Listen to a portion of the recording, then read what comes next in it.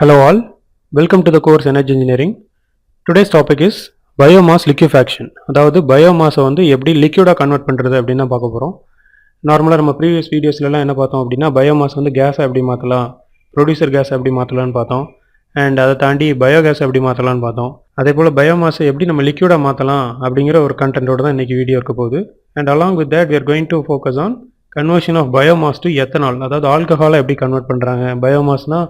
பயோமாஸ்னால் என்ன நமக்கு நிறையவே தெரியும். எல்லாமே இருக்கக்கூடிய ஆர்கானிக் மெட்டீரியல்ஸ், பயோ மெட்டீரியல்ஸ்லாம் அதை நம்ம எல்லாமே டிஸ்கஸ் பண்ணிட்டோம். ஸோ அது எப்படி எத்தனாலாக மாற்றுறாங்க அப்படிங்கிற ஒரு சின்ன இன்ஃபர்மேஷன் இருக்க போகுது. ஸோ ஃபஸ்ட்டு பயோமாஸை லிக்விஃபேக்ஷனாக மாற்றுறதுக்கு we have two routes.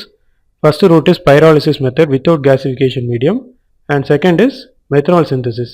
So pyrolysis process பற்றி ஆல்ரெடி நம்ம டிஸ்கஸ் பண்ணியிருக்கிறோம். அந்த வீடியோஸ்லாம் பார்க்காதவங்க அதோட லிங்க்கை நான் வந்து டிஸ்கிரிப்ஷனில் கொடுக்குறேன், பார்த்துக்கோங்க. அண்ட் ரெண்டாவது மெத்தட் வந்து மெத்தனால், அதை பற்றி நம்ம வந்து பார்க்க போகிறோம்.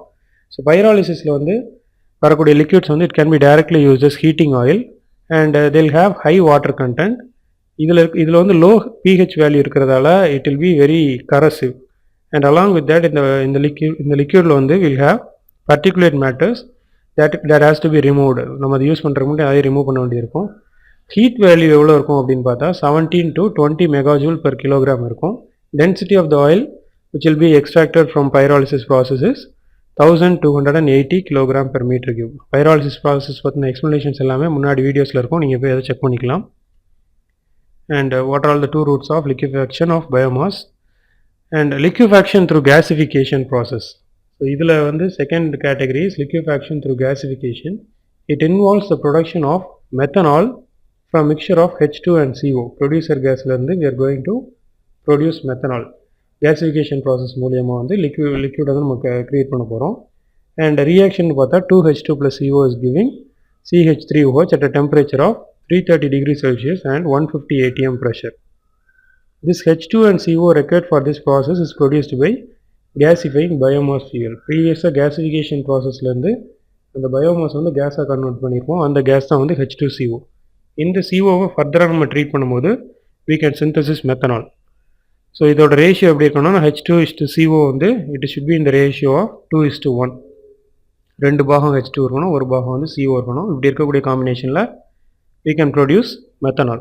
And gas mixture is often reacted with steam in presence of catalyst to promote a shift in increase of hydrogen content. So CO plus H2O again என்ன ஆகுது அப்படின்னா H2 plus CO2 கன்வெர்ட் ஆகுது. And this CO2 and H2S present in producer gas are to be removed prior to methanol reactor. CO2 H2S இந்த மாதிரி காம்பனன்ட்ஸ்லாம் இருக்கிறத முன்னாடி நம்ம remove பண்ணிடணும். அண்ட் ஒரு உட்டி பயோமாஸ் இருக்குது, அதுலேருந்து எவ்வளோ அமௌண்ட் ஆஃப் மெத்தனால் எடுக்கலாம் அப்படின்னா you can expect around 480 to 568 liters per ton. ஒரு டன் அப்படின்னா 1000 kilograms. ஸோ 1000 kilogram பயோமாஸ் இருக்குது உங்கள்கிட்ட அப்படின்னா you can expect around 480 to 568 liters. And மெத்தனாலை நம்ம வந்து you can use it as a combination of petrol கூட நீ மிக்ஸ் பண்ணி நம்ம வண்டியில் யூஸ் பண்ணிக்கலாம். Next is ethanol production. இப்போ ப்ரீவியஸாக பைராலிசிஸ் ப்ராசஸ் பார்த்தோம், அப்புறம் கேசிஃபிகேஷன்லேருந்து வந்த ப்ரொடியூசர் கேஸை வச்சு மெத்தனால் சிந்தசிஸ் பண்ணுறது பார்த்தோம். இது 2 category. And third is biomass to ethanol. எப்படி பயோமாஸ் டு பயோகேஸ்க்கு ஒரு டைப் ஆஃப் பாக்டீரியாஸ் யூஸ் ஆகிட்டு இருந்துச்சோ அதே போல் தான் எங்கள் பயோமாஸ்லேருந்து எத்தனால் ப்ரொடியூஸ் பண்ணுறதுக்கும் ஒரு டைப் ஆஃப் மைக்ரோ ஆர்கானிசம்ஸ் தான் யூஸ் ஆகுது. பயோகேஸ் எப்படி பண்ணணும்னு பார்த்தோம். நார்மலாக இப்போது வீட்டிலலாம் வந்து ரெட் ஒயின்லாம் பண்ணுற மாதிரி நிறைய வீடியோஸ்லாம் பார்த்துட்டு இருந்திருப்பீங்க. கிரேப்ஸ் வச்சு ரெட் ஒயின்லாம் பண்ணுவாங்க, அதே பிரின்சிபல் தான். So ethanol is a form of alcohol. So இங்கே வந்து ஆல்கஹால் தான் நம்ம பண்ண போகிறோம் சொல்ல போனால். So this process is known as alcoholic fermentation. இதில் வந்து 3 டைப் ஆஃப் கார்போஹைட்ரேட்ஸ் இருக்குது. அந்த கார்போஹைட்ரேட்ஸ் வந்து மைக்ரோ ஆர்கானிசம்ஸ் வந்து எடுக்கிறதுனால அது வந்து அப்படி எத்தனாலாக கன்வெர்ட் ஆகுது. கார்போஹைட்ரேட்ஸில் monosaccharides, ஒலிகோசாக்ரைட்ஸ் and பாலிசாக்ரைட்ஸ்ன்ட்டு 3 type of saccharides இருக்குது. ஸோ ஃபஸ்ட்டு வந்து சிம்பிள் ஹைட்ரோகார்பன்ஸாக இருக்கும். ஒலிகோசாக்ரைட்ஸ் வந்து 2 மோனோசாக்ரைட்ஸ் இருந்துச்சுன்னா ஒலிகோசாக்ரைட்ஸ்னு சொல்லுவாங்க. பாலிசாக்ரைட்ஸ்ங்கிறது ஹை மாலிகுலர் மாஸ் கார்போஹைட்ரேட்ஸை பாலிசாக்ரைட்ஸ்னு சொல்லுவாங்க. எக்ஸாம்பிள் ஃபஸ்ட்டு கேஸ்க்கு வந்து கிரேப்ஸ் இருக்குது, செகண்ட் கேஸ்க்கு வந்து சுகர் கேன் இருக்குது, பீட்ரூட் இருக்குது, அண்ட் தேர்ட் கேஸ்க்கு வந்து மைஸ், பார்லி, ரைஸ், வீட், பொட்டேட்டோன்ட்டு நிறைய ஆப்ஷன்ஸ் இருக்குது. ஸோ இந்த மாதிரி காம்பனன்ட்ஸ் வந்து you can expect carbohydrates. And இதில் மோஸ்ட் காமனாக வந்து யூஸ் பண்ணுறது மோனோசாக்ரைட்ஸ் அண்ட் ஒலிகோசாக்ரைட்ஸ் தான். அது வந்து கிறிஸ்டலின் சாலிடாக இருக்கும், soluble in water and sweet in taste. They collectively called as sugars. And ஃபைனலாக நம்ம வந்து இது எல்லாத்தையும் கன்வெர்ட் பண்ணி குளுக்கோஸாக மாற்றுவோம். which is in the அது வந்து ஹெக்ஸோஸ்ன்னு சொல்லுவாங்க. Hexose is glucose or fructose. இதை நம்ம கன்வெர்ட் பண்ணிவிட்டு இதிலிருந்து will be generating ethanol. So 3 sources இருக்குது. ஒன்று வந்து சுக்ரோஸ், செகண்ட் வந்து ஸ்டார்ச், மூணாவது செல்லுலோஸ். இந்த மூணையும் will convert into glucose or fructose. ரெண்டையும் கம்பைன் பண்ணி சொல்லணும் அப்படின்னா ஹெக்ஸோஸ்ன்னு சொல்லுவாங்க. ஸோ இந்த 3 கேட்டகரியை will convert into hexose and ஹெக்ஸோஸ்லேருந்து வில் டெரைவ் எத்தனால். ஸோ இதுதான் ஸ்டேஜ். இது ஸ்டேஜ் 1ல் இருக்கும். ஃபஸ்ட்டு ஸ்டேஜ் வந்து இது, அண்ட் செகண்ட் ஸ்டேஜ் இது, தேர்ட் ஸ்டேஜ் இது. So first from sucrose, this is manufactured from sugar cane R beetroot. நார்மலாக இதுதான் ஈக்குவேஷன். C12H12O11 is sucrose. அது வந்து என்ன ஆகுது அப்படின்னா C6H12O6 கன்வெர்ட் ஆகுது, which is glucose plus again one more C6H12O6. So இதுதான் வந்து output from this particular reaction. நம்ம யூஸ் பண்ணக்கூடிய இந்த கார்போஹைட்ரேட்ஸ் வந்து இந்த மாதிரி குளுக்கோஸாக கன்வெர்ட் ஆகிடுது. அண்ட் இது சுகர் கேன்லேயே வந்து we have plenty of sucrose available. But அதெல்லாம் வந்து நம்ம வந்து யூஸ் பண்ணிடுவோம். அந்த சுக்ரோஸ்லாம் ஜூஸ்க்காக யூஸ் பண்ணிடுவோம். பேலன்ஸ் அந்த மொலாசஸ்ன்னு சொல்லுவாங்க, அதுலேயே we can have a huge amount of ethanol production. And second is starch. ஸ்டார்ச்ங்கிறது hydrolysis process. On hydrolysis with dilute H2SO4 or enzymes, starch breaks to maltose and finally to glucose. இந்த ஸ்டார்ச்சை வந்து H2O கூட combine பண்ணி அது என்ன ஆகுது அப்படின்னா மால்டோஸாக first convert ஆகுது. அந்த மால்டோஸ் ஃபர்தராக பிரேக் ஆகும்போது குளுக்கோஸாக மாறுது. ஸோ எந்த ஒரு விஷயமா இருந்துச்சுனாலும் you have to finally convert into glucose and fructose. And third cellulose. இது வந்து டேரெக்டாக ஹைட்ராலிசிஸ் பண்ண முடியாது, அவ்வளோ ஈஸி, ஸ்டார்ச் மாதிரி அவ்வளோ ஈஸியாக பண்ண முடியாது. ஸோ அதுக்கு என்ன பண்ணுவாங்கன்னா dilute sulfuric acid கூட ஹீட் பண்ணுவாங்க under a pressure of 2 to 3 atm and at a temperature of 393 Kelvin. இது பண்ணும்போது என்ன ஆகும்னா குளுக்கோஸாக மாறும். ப்ரீவியஸ் 2 கேஸுமே வந்து நீங்கள் தண்ணியில் மிக்ஸ் பண்ணி வச்சுட்டீங்க அப்படின்னாலே ஒரு 2 to 3 டேஸில் அது வந்து பிரேக் ஆக ஆரம்பிச்சிடும். பட் இங்கே செல்லுலோஸ் வந்து அப்படி பண்ண முடியாது. செல்லுலோஸ்க்கு வந்து you have to treat at a particular temperature and pressure at dilute sulfuric acid. அது பண்ணும்போது ஃபைனலாக நமக்கு குளுக்கோஸ் அவுட்புட் கிடைக்குது. ஸோ இந்த குளுக்கோஸ் வந்து என்ன பண்ணுறாங்க அப்படின்னா அதுதான் வந்து ஹெக்ஸோஸ் அப்படின்னு சொல்லியிருக்காங்க. இந்த ஹெக்ஸோஸ் என்ன பண்ணுறாங்க அப்படின்னா it is been converted into ethanol. அந்த எத்தனாலை நம்ம வந்து யூஸ் பண்ணிக்கலாம். So for a small case sugar கேன்லேருந்து we can expect around 60 to 80 liters per ton. ஒரு டன் ஆஃப் சுகர் கேன் நீங்கள் கொடுத்தீங்க அப்படின்னா you can expect around 60 to 80 liters of ethanol. ஒரு ஹெக்டேருக்கு ஒரு வருஷத்துக்கு எவ்வளோ கிடைக்கும் அப்படின்னா 3500 to 7000 liters per hectare. And இதே போல் you have plenty of options. இப்போ பொட்டேட்டோன்னு எடுத்துக்கிட்டோம் அப்படின்னா ஒரு டன் ஆஃப் பொட்டேட்டோலேருந்து we can expect around 100 to 120 liters of ethanol.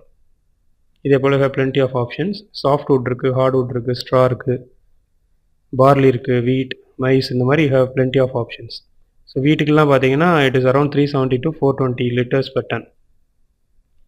So this is what the amount of ethanol that can be extracted from various raw materials. And fermentation of sugar to ethanol in absence of air can be carried out in batches or continuously. Batch wise பண்ணலாம் இல்லை கண்டினியூஸாக பண்ணிகிட்டே இருக்கலாம்.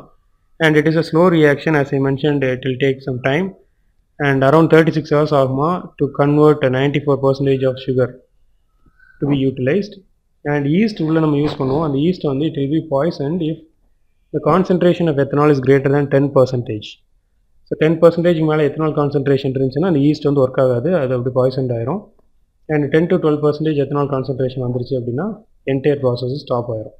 So the concentration of ethanol is increased by 95% by successive fractional distillation.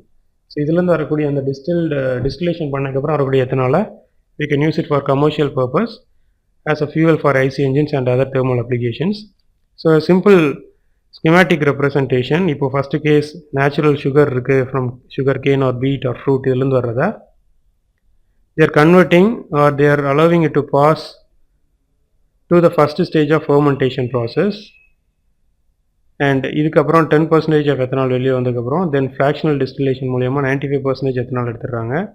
And அதுக்கடுத்த further distillation மூலயமா 99.7% of ethanol எடுக்கிறாங்க. இது ஒருவேளை ஸ்டார்ச்சாக இருக்குது அப்படின்னா அதை ஃபஸ்ட்டு ஹைட்ராலிசிஸ் ப்ராசஸ் பண்ணுறாங்க, which is adding water. Hydrolysis பண்ணி ப்ராசஸ் பண்ணிட்டு again they are allowing it to fermentation. ஒருவேளை செல்லுலோஸ் இருக்குது அப்படின்னா you have to hydrolysis, but இந்த ஹைட்ராலிசிஸ் ப்ராசஸ் கொஞ்சம் டிஃபிகல்ட்டாக இருக்கும். அதுக்கு தான் வந்து சல்ஃபூரிக் ஆசிட்லாம் ஆட் பண்ணணும்னு சொல்லி பார்த்தோம்.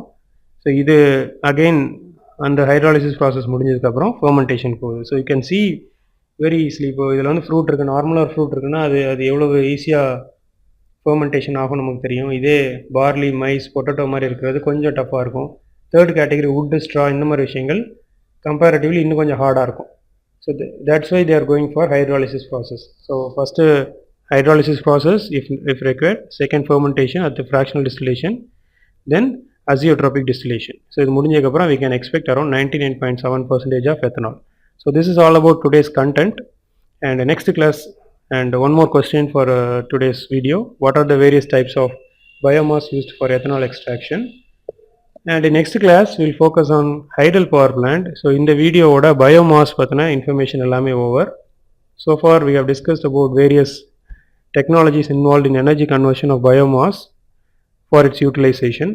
Next video la we'll focus on power plants, various power plants enna enna paapom. Adula first hydel power plant adu eppadi work agudhu abingra vishayatha paapom. And thank you for watching. Don't forget to fill the form available in the description. Thank you.